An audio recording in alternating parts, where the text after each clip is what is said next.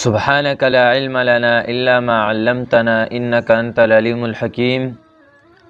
زمونږ بحث د مانځه د واجباتو متعلق شروع. دینه مخکې ویډیو کې واجبات د مانځه ویلی شوي.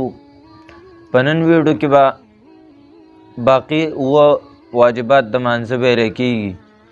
څه مصروفیاتو په بنا باندې ویډیو تقریبا یو هفته لیټ شو نه وي، نو واجبات پاتې وو د مانځه.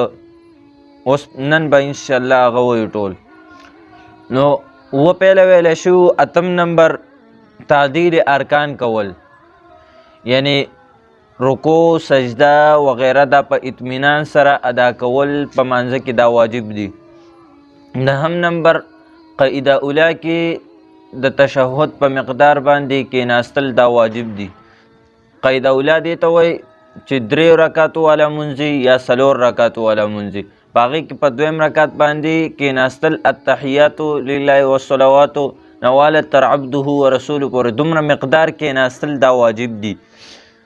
10م نمبر په دوانو قاعدو کې تشهد ویل دا واجب دي، یعنی په 2م رکعت هم کې هغې کې التحیات ویل عبده ورسوله پورې دا واجب دي، او په 4م رکعت کې ویل دا واجب دي. او 11م نمبر امام له پکار دی چې کوم منځونو کې جهري تلاوت دی په هغې کې په جهر سره تلاوت وکړي، او چې کوم کې سري تلاوت دی په سیر سره نو هغې کې سري وکړي تلاوت. چې کوم منځونه سري دی هغه سري وکړي، او چې کوم جهرن دی هغه جهري وکړي. 12م نمبر په لفظ د سلام سره د مانځه نه وتل دا واجب دي. 14م نمبر په وتر منځ کې دوی قنوت ویل او د هغې دپاره تکبیر ویل دا واجب دي.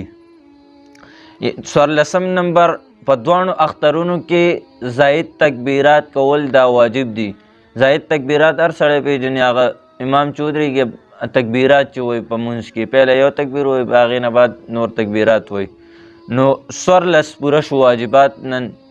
الله دې په دې باندې عمل کول توفیق راکړي. الله دې موږ ته د زده کول توفیق درې هم راکړي. دا ویډیو د ثواب په نیت مخکې نور ملګرو سره شیر کړئ. وآخر دعوانا الحمدلله رب العالمین.